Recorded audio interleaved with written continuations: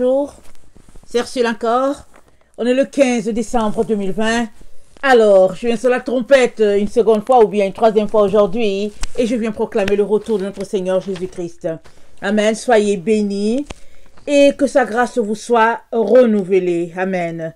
Alors, on ne le dit pas assez, on ne le dira jamais assez. Il est important de se préparer. Amen.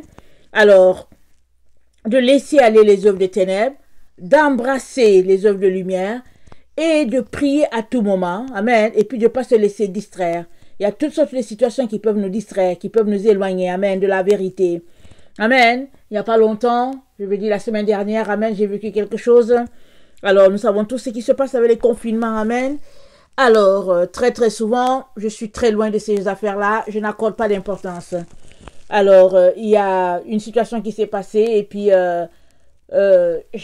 en tout cas, quelqu'un m'a présenté chez moi une vidéo où il y avait une partie qui faisait rire un peu. Amen. C'était à propos d'un politicien et ça faisait rire. Amen. J'ai regardé en temps normal, c'est pas des choses que je regarde et puis quand même je regarde, je suis très sérieuse. Ma nature, je suis une personne comme ça. Mais ce jour-là, il y a quelque chose qui s'est passé et puis j'ai ri. Amen. J'ai ri.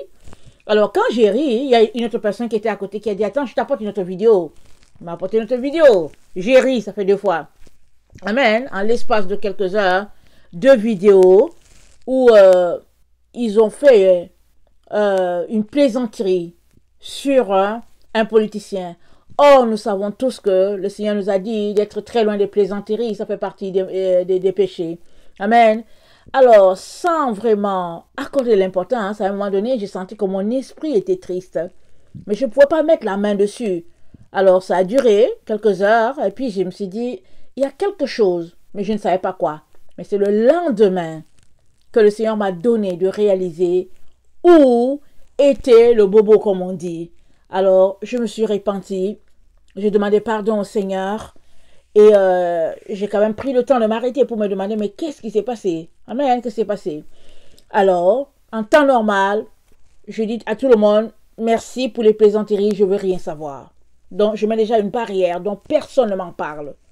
Mais, ce jour-là, j'ai prêté attention aux plaisanteries. Alors, ça a donné ce que ça a donné. Amen. Alors, il n'y a pas de petit péché. Il n'y a pas de gros péché. Péché, c'est péché. Et une fois que le Saint-Esprit a attristé, ou bien une fois qu'il y a une tâche, amen, dans notre esprit, amen, ça fait que la tristesse vient et la lumière de Dieu ternit en nous. Il est très important de demeurer dans la vérité. Et la vérité, c'est ce que la Bible dit. Si la Bible dit de ne pas faire ceci, alors la vérité, c'est pas de le faire. Amen, c'est de s'en tenir à ce que la Bible a dit.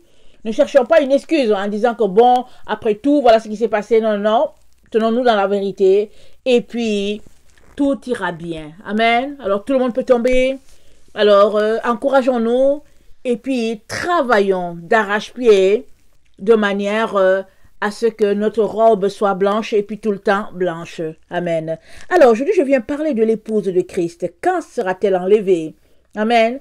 Quand l'épouse sera-t-elle enlevée? C'est une bonne question. D'abord, j'aimerais qu'on lise Éphésiens 5 et on connaît tous le passage qui parle de comment un mari doit aimer la femme et puis la femme doit aimer son mari. Amen. La femme doit être soumise à son mari et comment le mari doit aimer la femme. Amen. Alors ça, c'est un texte vraiment très utile, très important pour nous les enfants de Dieu, dans nos couples, mais aussi dans la marche dans une relation avec le Seigneur. Alors, les devoirs domestiques, Éphésiens 5, le verset 22. Femmes, soyez soumises à vos maris comme au Seigneur. Amen. Car le mari est le chef de la femme, comme Christ est le chef de l'Église, qui est son corps et dont il est le sauveur. Or, de même que l'Église est soumise à Christ, les femmes aussi doivent l'être à leur mari en toutes choses. Maris, aimez vos femmes, comme Christ a aimé l'Église et s'est livré lui-même pour elle, afin de la sanctifier par la parole, après l'avoir purifiée par le baptême d'eau, afin de faire paraître devant lui cette Église glorieuse, sans tache, ni ride, ni rien de semblable, mais sainte et irrépréhensible. Amen. Alors, Paul nous dit que le mari est le chef de la femme. Amen. Et il compare cela à Christ qui est le chef de l'Église. Amen. Alors, on comprend bien qu'il y a une relation, amen, de soumission de l'Église de Jésus-Christ, qui est le corps de Christ, parce que Christ est la tête. Alors, il y a déjà cette relation de soumission-là. Alors, on comprend aussi que dans le corps humain, si on peut le dire, le corps de l'homme, amen, la femme a été tirée du corps. Ève a été tirée du corps de Adam. Elle n'a pas été tirée de toute la partie, de tout ce qui est de Adam. Hein. Elle a été tirée de quelque part de Adam. Amen. Ceci est très important parce que l'épouse de Christ sera tirée du corps de Christ. C'est ce qu'on doit comprendre. Alors, tous ceux qui sont appelés chrétiens sur toute la terre, ou bien tout le groupe, tout le grand ensemble des chrétiens, amen, de tous ceux-là qui sont les enfants de Dieu, de ce grand ensemble-là, sortira l'épouse de Christ. Amen, ça c'est très important. Alors, l'épouse donc, c'est dit que, le verset 26, afin de la sanctifier par la parole, après l'avoir purifiée par le baptême d'eau. Donc, le Seigneur a payé pour sanctifier la femme, son épouse, mais aussi pour la purifier par le baptême d'eau. Ici, c'est l'eau qui est comme Jean-Baptiste qui a baptisé. Mais dans les deux, il est question de la parole, parce que la parole de Dieu, c'est aussi l'eau qui est pure. Amen. Et le verset 27, afin de faire paraître devant lui cette église glorieuse, sans tache, ni ride, ni rien de semblable, mais sainte et irrépréhensible. Amen. Alors, si nous nous comportons dans la sainteté, dans la pureté, si nous nous comportons de manière à laisser de côté les valeurs du monde, amen, alors on s'aligne à faire partie de l'épouse de Christ. Amen. Alors, rappelons-nous, c'est le type de mariage en Israël. Alors, il y a l'homme qui vient, qui demande la main de la fille, et puis il retourne lui préparer une place chez son père, et il revient la chercher. Alors, Jésus est venu demander notre main. Amen. Et puis, l'entente qu'il y a eu entre les deux, c'est qu'il est mort pour nous. Amen. À partir du moment où on l'accepte comme notre Seigneur, alors on accepte aussi de boire à sa coupe. La coupe de la persécution, la coupe de la douleur, la coupe de la souffrance. On accepte pleinement le sacrifice de Christ, tout en disant aussi en nous-mêmes que nous allons marcher comme il a marché. Jésus a dit quoi? Aucun disciple n'est plus grand que son maître. S'ils m'ont haï, ils vous haïront aussi. S'ils m'ont aimé, ils vous aimeront aussi. Alors, question de dire que ce que Jésus-Christ a vécu, l'épouse de Christ le vivra aussi. Amen. Alors, Jésus donc a payé pour que nous soyons purifiés, sanctifiés et nous puissions goûter à cette gloire-là. Alors, il y a eu donc cette entente-là. Et une fois que nous l'acceptons, amen, nous faisons partie de la maison du Père. Et il est parti nous préparer une place. Et il va revenir. Nous prendre afin que là où il est, on soit aussi. C'est-à-dire qu'afin qu'il n'y ait plus rien qui nous sépare. Et la chose qui nous sépare, Jésus-Christ et nous, c'est le monde matériel. C'est ça qui nous sépare. S'il n'y avait pas le monde matériel entre lui et nous, on ne serait pas séparés. Parce que, qu'est-ce que Paul a dit? Il a dit, mort dans le Seigneur, c'est être vivant en lui. C'est-à-dire qu'une fois que tes yeux sont fermés ici, à ce monde, tu les ouvres dans le monde spirituel. Alors, ça veut dire que si tu es quelqu'un qui marche dans cette connexion constante avec le Seigneur, alors tu n'es pas séparé de Christ. C'est le matériel qui nous sépare, le monde matériel. C'est, moi, j'ai un corps matériel, toi avec, mais Jésus-Christ, il est spirituel, il est rendu spirituel. Amen. C'est ça qui nous sépare. Mais sinon, que nous soyons sur cette terre, ou bien que nous soyons des êtres transformés, ceux-là qui nous ont précédés, ça ne change rien. C'est ça que Jésus est en train de dire. Alors, on doit donc comprendre que nous sommes appelés, amen, à être un seul corps avec le Seigneur. C'est pourquoi il a dit aux Saintes Vierges qu'il a appelées folles, qui ne les connaissaient pas. Ils n'avaient pas de relation d'intimité avec Christ. Alors, ils ne le connaissaient pas. Ils ont suivi la mêlée. Ils étaient excités comme tout le monde. Tout le monde qui disait que Jésus revient, ils étaient aussi excités comme eux. Et à la fin, ils ont été laissés. Jésus a dit, je ne vous connais pas. Alors, pour être connu de ce Seigneur-là, il est important que nous ayons cette relation d'intimité-là avec lui. Et ça se bâtit maintenant. Ça ne se bâtit pas quand Christ reviendra, ça se bâtit maintenant. Amen. Alors, Quand est-ce que l'épouse de Christ sera enlevée? Amen. Quand? Amen. Alors, regardons un peu. Attendons, regardons un peu, excusez. C'est que la Bible nous dit, on va regarder beaucoup dans Apocalypse. Hein? Alors, Daniel nous dit, dans Daniel 12, le verset 3, nous avons ceci, Daniel 12, on connaît bien ce passage-là. Daniel 12, le verset 3, ça nous dit, hein, ceux qui auront de l'intelligence, ceux qui auront été intelligents brilleront comme la splendeur du ciel. Et ceux qui auront enseigné la justice à la multitude brilleront comme les étoiles à toujours et à perpétuité. Plusieurs seront épurés, blanchis, purifiés. Les méchants feront le mal et aucun des méchants ne comprendra. Mais ceux qui auront de l'intelligence comprendront. On est dans le temps où il y a deux groupes. L'un comprend et l'autre ne comprend pas. L'un va se dire, oh non, c'est pas maintenant et tout. Et puis l'autre comprend très très bien.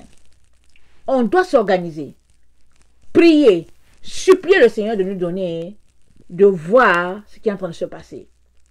Parce que ceux-là qui font partie du groupe de l'épouse, ils voient. Ils voient ce qui est en train de se passer. Et l'idéal, c'est que le Seigneur aimerait, c'est que tout un chacun nous puissions nous retrouver à voir ce qui se passe. Et quand on voit ce qui se passe, on se prépare. On ne niaise pas comme on dit, on se prépare. On fait tout pour laisser de côté tout ce qui accroche notre cœur. Et on tend vers tout ce qui est esprit. Amen. Alors, quand en 2017, le Seigneur m'a appelé, il m'a dit d'aller en ligne, annoncer sa venue. Amen. Alors, je l'ai déjà maintes fois dit, j'ai commencé, vraiment, dans toute la maigreur possible. Mais petit à petit, le Seigneur m'a aidé. Amen.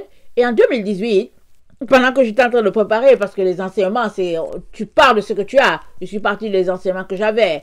Alors, il nous disait que on serait enlevé avant la tribulation. Amen. Avant la grande tribulation. Or, vous et moi, vous savez qu'on est déjà dans la grande tribulation, n'est-ce pas? Depuis l'avènement du Covid, si on ne savait pas qu'on était proche de la grande tribulation, depuis l'avènement du Covid, on sait qu'on est dans la grande tribulation. Amen. On le sait, en tout cas.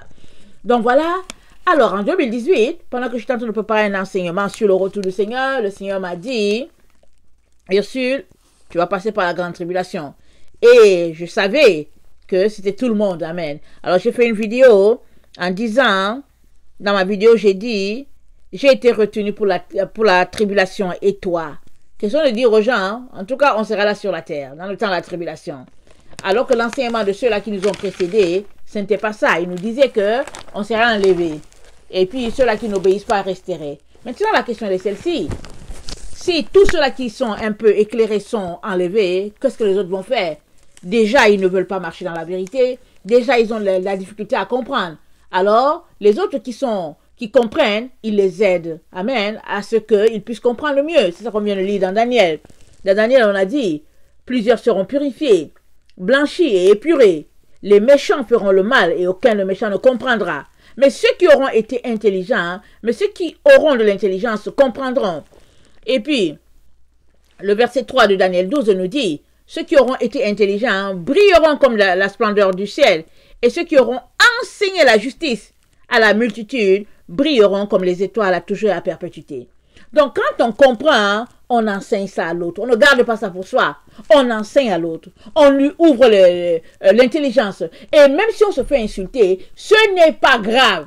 On continue de dire, réveille-toi, réveille-toi, réveille-toi. On continue de proclamer la vérité. Amen. Alors, je l'ai déjà maintes fois mentionné que les 144 000 qui sont marqués, ce n'est pas un chiffre strict en disant 144 000, il n'y a plus d'entrée. Non.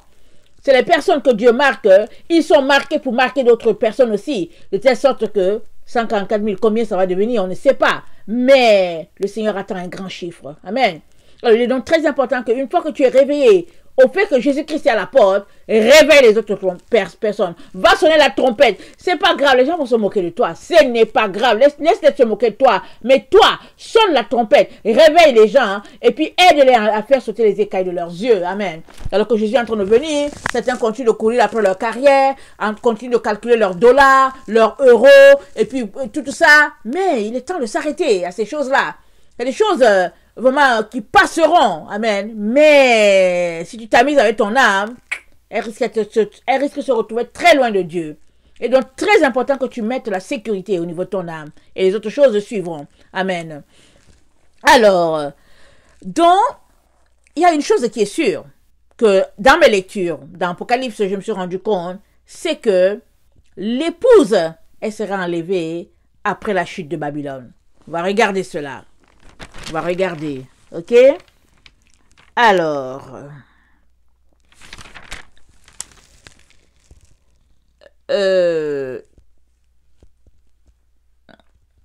Attendez. Apocalypse 18, le verset 10. On va lire certains passages. Apocalypse 18, le verset 10. Ça dit ceci. Se tenant éloignés dans la crainte de son tourment, ils diront, malheur, malheur, la grande ville, Babylone, la ville puissante, en une seule heure est venu ton jugement. Et les marchands de la terre pleureront. Non, les marchands de la terre pleurent et sont dans le deuil à cause d'elle, parce que personne n'achète plus leur cargaison. Cargaison d'or, d'argent, de pierres précieuses, de perles, de fin lin, de pourpre, de soie, d'écarlate, de toute espèce de bois, de senteur, de toute espèce d'objet d'ivoire, de toute espèce d'objet en bois très précieux, en airain, en fer et en marbre. Amen. Et ça, c'est la chute de Babylone. Comment tous ceux-là qui sont dans le commerce seront vraiment secoués, tous ceux-là qui courent après une certaine gloire matérielle, ils seront choqués. Mais Babylone va tomber. Amen. Alors, mais ce n'est pas Babylone seul, parce que quand on voit Babylone, j'ai déjà parlé du fait que le fief de Babylone, c'est là, aux États-Unis. Amen. Babylone a quitté l'Irak à l'origine. Ça a marché. C'est venu, c'est rendu, c'est passé par Rome. C'est rendu aux États-Unis. Finalement, ça s'est répandu sur toute la terre. Quand on lit l'histoire, quand on lit Apocalypse 17, on voit bien que, ici, là, il s'agit vraiment de la grande ville avec la statue de la liberté. On voit bien ça. Et puis, quand on lit Apocalypse 17, le verset 10, ça nous présente un peu les rois, disons les présidents. Et quand on finit de lire, en tout cas, on connecte tout de suite au fait que, ici, on est connecté aux présidents américains. Amen. Et puis, le verset 15 dit, il me dit, les eaux que tu as vues, sur lesquelles la prostituée est assise, ce sont des peuples, des foules, des nations et des langues. Les 10 cornes que tu as vues et la bête haïront la prostituée, la dépouilleront et la mettront à nu, mangeront ses chairs et la consumeront par le feu. Car Dieu a mis dans leur cœur d'exécuter son dessein et d'exécuter un même dessein, et de donner leur royauté à la bête, jusqu'à ce que les paroles de Dieu soient accomplies.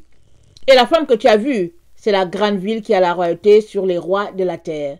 Et nous savons tous que cette grande ville-là, c'est New York ici. Mais, sachant que toutes les autres villes aussi de la terre vont subir le même sort. Amen. Pourquoi? Parce que finalement, Babylone, c'est toute la terre. Toute la terre a été infectée.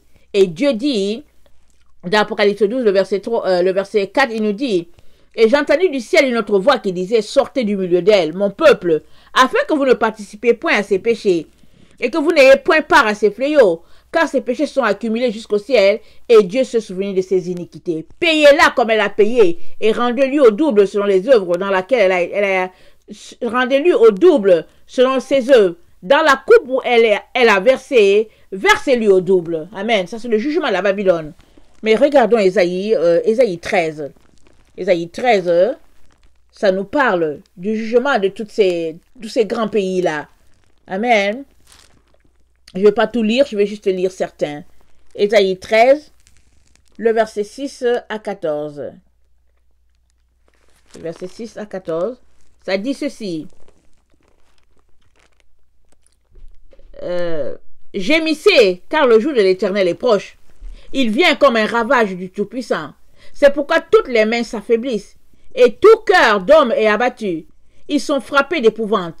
Les spasmes et les douleurs les saisissent. Ils se tordent comme une femme en travail. Ils se regardent les uns et les autres avec stupeur. Leurs visages sont enflammés. Voici le jour de l'Éternel arrive. Jour cruel, jour de colère et d'ardente fureur. Qui réduira la terre en solitude et en exterminera les pécheurs?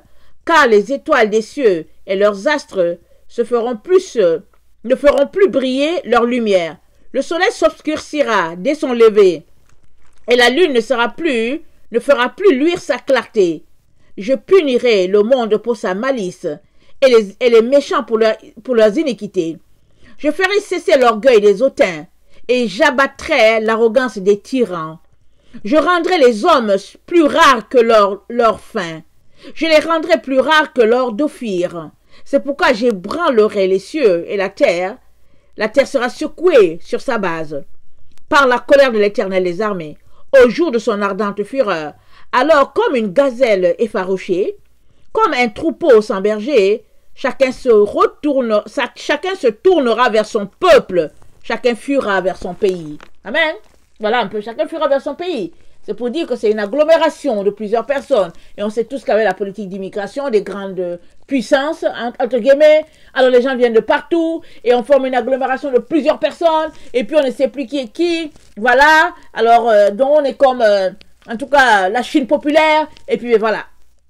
Mais on lit à Isaïe dit chacun va fuir dans son pays. Et c'est pas la première fois que je lis de telles prophéties. Là, c'est la prophétie d'Isaïe, mais il y a plusieurs qui ont prophétisé. Chacun cherchera à partir dans son pays. Parce que finalement, ce qui regroupe les gens autour des États-Unis, autour de New York et tout ça, c'est le commerce. Si maintenant Babylone est tombée, alors qu'est-ce qui reste? Les gens chercheront à fuir. On espère tout simplement que, au moment où ils fuiront, il n'y aura pas cette affaire de vaccin de Covid contre le Covid obligatoire. Amen. C'est vraiment tout un méli-mélo sur cette terre maintenant. Alors, le verset 19 à 20, de même Isaïe 13, ça nous dit ceci. Et Babylone, l'ornement des royaumes, la fière parure des Chaldéens, sera comme Sodome et Gomorrhe que Dieu détruisit. Elle ne sera plus jamais habitée. Elle ne sera plus jamais peuplée. L'Arabe n'y dressera point sa tente, et les bergers n'y parqueront point leurs troupeaux. Les animaux du désert y prendront leur gîte. Les hiboux rempliront ses maisons. Les autriches se feront leur demeure, et les boucs y sauteront. Les chacals hurleront dans ses palais, et les chiens sauvages dans ses maisons de plaisance. Son temps est près d'arriver, et ses jours ne se prolongeront pas. Amen. Donc Babylone sera détruite, et puis voilà, fini. Et puis pourquoi ces jours ne se prolongeront pas? Parce que c'est la fin. C'est la fin de notre génération. Même si on veut se convaincre que c'est pas ça, on est dans les temps de la fin. Amen. Et Dieu, c'est le jour qu'il a fixé exact. Le jour où il va finir avec ça. On est dans ces temps-là. Amen. Alors, par contre, Apocalypse 19, le verset 1 à 6 nous dit ceci.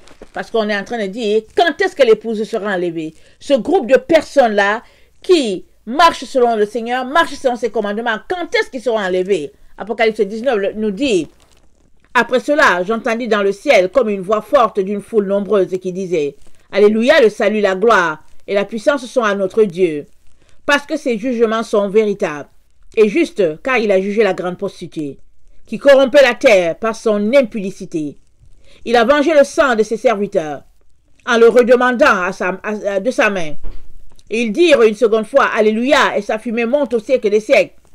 Et les 24 vieillards et les 4 êtres vivants se prosternèrent et adorèrent Dieu assis sur le trône, en disant Amen, Alléluia.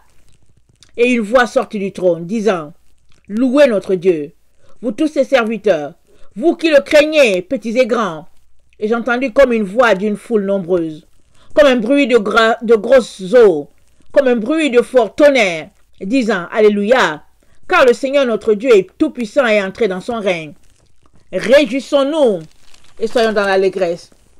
Donnons-lui gloire, car les noces de l'agneau sont arrivées. Son épouse s'est préparée. Amen.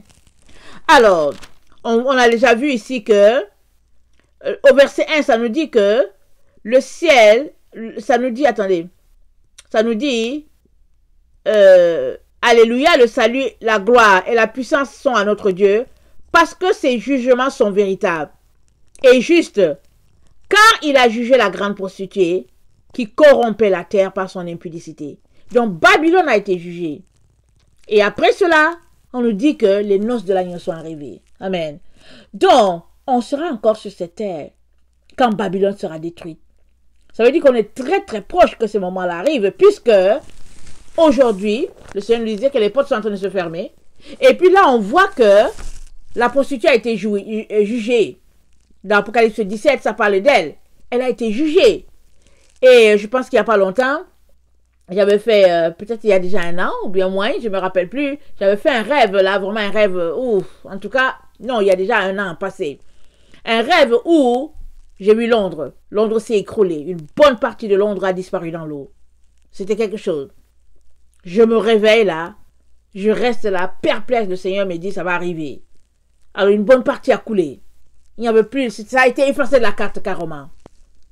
Et, continuant mes lectures, mes prières et tout, j'ai découvert que Babylone, c'est toute la terre, amen, et puis toutes ces grandes villes-là, elles seront toutes détruites, elles vont toutes subir le jugement divin, amen, parce que non seulement elles ont perpétué la maltraitance des enfants de l'Éternel, les descendants d'Abraham, amen, mais aussi, aujourd'hui encore ils continuent de maltraiter les enfants de Dieu. Ils ne veulent pas arrêter. Ils veulent s'ériger en tant que des dieux dans la vie des gens. Et Dieu va juger tout ce groupe-là. Avec les pays avec. Amen. Les pays avec. Amen. Alors l'épouse là, elle sera enlevée après la destruction de ces grandes villes-là. Et l'information qu'on a aussi, c'est qu'elle sera enlevée après qu'elle se soit préparée. Mais le Seigneur nous dit qu'il est très important qu'on puisse se préparer. Alors, dans les préparatifs, Dieu parle de fin lin. Et il nous dit que le fin lin, ce sont les œuvres justes des saints. Alors, l'information que tu as, toi et puis moi, c'est que nous devons pratiquer les œuvres justes. Nous devons aimer notre prochain comme nous-mêmes. Nous devons bénir l'autre. Et la Bible dit, il y a plus de joie à donner qu'à recevoir. Ça, là, ça fait partie du vêtement de l'épouse. Dieu appelle ça du fin lin. Amen. On a l'exemple d'une épouse qui agrée, que l'Éternel agrée, dans Proverbe 31. Proverbe 31, on a vraiment l'exemple de cette épouse-là qui touche le cœur de Dieu. Amen. Alors, on va lire Proverbe 31. Qui peut trouver une femme vertueuse? Le verset 10. Elle a bien plus de valeur que les perles. Le cœur de son mari a confiance en elle, et les produits ne lui feront pas défaut. Elle lui fait du bien et non du mal tous les jours de sa vie. Elle se procure de la laine et du lin et travaille d'une main joyeuse. Elle est comme un navire marchand. Elle amène son pain de loin. Elle se lève lorsqu'il est encore nuit. Elle donne la nourriture à sa maison et la tâche à ses servantes. Elle pense à un champ, elle l'acquiert. Du fruit de son travail, elle plante une vigne. Elle ceint de force ses reins. Et elle affermit ses bras. Elle sent que ce qu'elle gagne est bon. Amen. Sa lampe ne s'éteint point pendant la nuit. Elle met la main à la quenouille et ses doigts tiennent le fuseau. Elle tend la main au malheureux. Elle tend la main à l'indigent. Elle ne craint pas la neige pour sa maison, car toute sa maison est vêtue de cramoisi. Elle se fait des couvertures. Elle a des vêtements de fin lin et de pourpre. Son mari est considéré aux portes lorsqu'il siège avec les anciens du pays. Elle fait les chemises et les vents. Elle livre les ceintures aux marchands. Elle est revêtue de force et de gloire. Et elle se rit de l'avenir. Elle ouvre la bouche avec sagesse. Et les instructions aimables sont sur sa langue. Elle veille sur ce qui passe dans sa maison. Et elle ne mange pas le pain de la paresse. Ses filles se lèvent et la disent heureuse. Son mari se lève et lui donne des louanges. Plusieurs filles ont une conduite vertueuse, mais toi, tu les surpasses toutes. La grâce est trompeuse, et la beauté est vaine. La femme qui craint l'Éternel est celle qui sera louée. Récompensez-la du fruit de son travail, et qu'au porte ses œuvres-là loue. Amen. Alors, le Seigneur a un regard, amen, pour une telle personne, qu'elle soit un homme ou une femme. Ah, c'est des choses qu'il aime. Il n'aime pas la paresse. Il aime la bénédiction. Il aime le temps de prière, le temps de lecture. Quand on dit qu'elle donne la maison à ses servantes, c'est la nourriture, c'est le pain. Je veux dire la parole de Dieu, que tu recommandes aux autres. Tu les encourages et tout. On dit, sa lampe ne s'éteint pas la nuit, c'est que elle est toujours en train de prier, ou bien tu es toujours en train de prier. Amen. Ça, c'est des exemples pratiques qui font que tu te retrouveras à avoir un habit de lin. Amen. Même si nous, qui cherchons la face du Seigneur, nous qui cherchons à lui plaire, nous qui vraiment venons devant lui dans la supplication et tout, même si on est à tous ses enfants en train de dire Seigneur, sauve-moi, hein, on doit comprendre que nos vêtements seront différents. Ton vêtement, ta robe blanche sera différente de la mienne sera différente de la sienne, etc. Parce que tout est fonctionné au travail. Amen. Et puis Paul a dit quoi? Travaillez à votre salut avec crainte et tremblement. Amen. C'est pourquoi je ne cesse de dire que Dieu n'est pas un communiste. Il n'est pas un socialiste. C'est pas vrai que pendant que l'un travaille d'arrache-pied dans sa relation avec le Seigneur pour bâtir et que l'autre est en train de détruire, c'est pas vrai qu'ils auront la même récompense. C'est pas vrai du tout. Amen. Alors si tu penses à cela, il est très important que tu sortes de là et que tu épouses la vérité. Amen. Alors, l'épouse donc, elle est enlevée à ce moment-là. Et si nous regardons Apocalypse 11, le verset 15, ça nous dit quelque chose. Apocalypse 11, du verset 15. Amen. Apocalypse 11, ça nous dit quelque chose de très important pour nous. Alors, ça nous dit, le 7e ange sonna la trompette, et il eut dans le ciel de fortes voix disant, le royaume du monde est remis à notre Seigneur et à son Christ, et il régnera au siècle des siècles.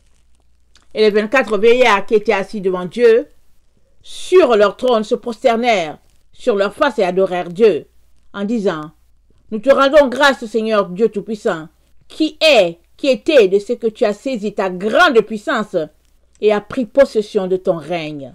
Amen. Le Seigneur a pris possession de son règne là. Comment? Il vient d'arracher à ce monde ses enfants bien-aimés. Il vient de les arracher. Alors, c'est dit, Dieu a pris possession de son règne. Si on regarde aussi la même chose, Apocalypse 12, le verset 10, c'est dit, et j'entendis dans le ciel une voix forte qui disait, maintenant, le salut est arrivé, et la puissance, et le règne de notre Dieu, et l'autorité de son Christ, car il a été précipité, l'accusateur de nos frères, qui les accusait devant notre Dieu jour et nuit. Amen. On dit, le règne est arrivé. Le règne. Alors, c'est ça là. Ça témoigne du moment où les enfants de Dieu sont arrachés à ce monde. Amen. Le moment où Dieu les met en sécurité. Amen. Alors, les deux témoins de la fin, on comprend que les deux témoins de la fin auront fini de jouer leur rôle, comme on l'a lu, et puis ils seront morts, comme la bête qui sort la Bible les tue, et ils ressuscitent, et ils ouvrent le bal de la résurrection. Et c'est ça qui fait que c'est à ce moment-là que la trompette est sonnée, le deuxième malheur arrive, et ils sont mis en sécurité. Le groupe de ceux-là qui cherchent leur Dieu assidu, avec ferveur. Amen. Alors, il est donc très très important que on ne puisse pas négliger les choses que Dieu considère. C'est important qu'on ne puisse pas les négliger. Allons-y lire Ésaïe 55. Ésaïe 55. On ne doit pas négliger ce que Dieu tient pour sacré. Souvent on a tendance à piétiner les choses que Dieu considère. Vous tous qui avez soif, venez aux eaux. Ésaïe 55. Même celui qui n'a pas d'argent, venez acheter et manger. Venez acheter du vin et du lait, sans argent, sans rien payer. Pourquoi pesez-vous de l'argent pour ce qui ne nourrit pas? Pourquoi travaillez-vous pour ce qui ne rassasie pas? Écoutez-moi donc, et vous mangerez ce qui est bon. Et votre âme se délectera de mes succulents. Prêtez l'oreille et venez à moi. Écoutez, et votre âme vivra. Je traiterai avec vous une alliance éternelle pour rendre durable mes faveurs envers David. Voici, je l'ai établi comme témoin auprès des peuples, comme chef et dominateur des peuples. Voici, tu appelleras des nations que tu ne connais pas. Et les nations que tu ne connais pas accourront vers toi, à cause de l'Éternel ton Dieu et du Saint d'Israël qui te glorifie. Écoutez bien, cherchez l'Éternel pendant qu'il se trouve. Invoquez-le tandis qu'il est prêt. Que le méchant abandonne ses voies et l'homme d'iniquité ses pensées. Qu'il retourne à l'Éternel qui aura pitié de lui. À notre Dieu qui ne se lasse pas de pardonner. Donc voilà la part que nous devons faire. Abandonner la mauvaise voie, la voie de la méchanceté, et puis de retourner à Dieu. Ça s'appelle la repentance. Si nous voulons faire partie de l'épouse, amen, de Christ, il est important qu'on vive une vie de renoncement par rapport à ce monde et qu'on puisse embrasser ce que Dieu valorise. Amen. Dieu dit quoi? Il dit, mes pensées ne sont pas vos pensées, le verset 8, et vos voix ne sont pas mes voix, dit l'Éternel. Autant les cieux sont élevés au-dessus de la terre, autant mes voix sont élevées au-dessus des vôtres. Et mes pensées au-dessus de vos pensées. Et puis, qu'est-ce que Dieu dit?